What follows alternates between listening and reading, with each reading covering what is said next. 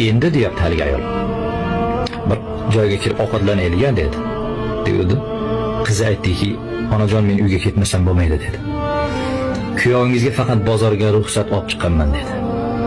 Mashaalloh. Keyin haligi ayol aytayapti, "Ering qaydan biladi?" deyapti. "Qaydan bilib o'tiribdi ering?" deydi. "Bozor dedim deysan" dedi. "Xafa bo'lmang onajon. Shu joyda men sizni gapingizga kirmayman" dedi haligi qiz. Mashaalloh. Men qaramadim o'girilib, eshitdim.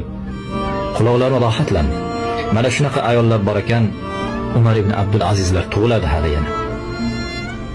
Erini rozi qilish yo'lida, eri ko'rmasa ham uni rozi qilish yo'lida mana shunday itoatda turgan, qalbi toza, qalbi salim bo'lgan, ishi bilan, tili bilan, dili bir bo'lgan taqvodor ayollarimiz bor ekan, hali ko'p yaxshiliklardan umid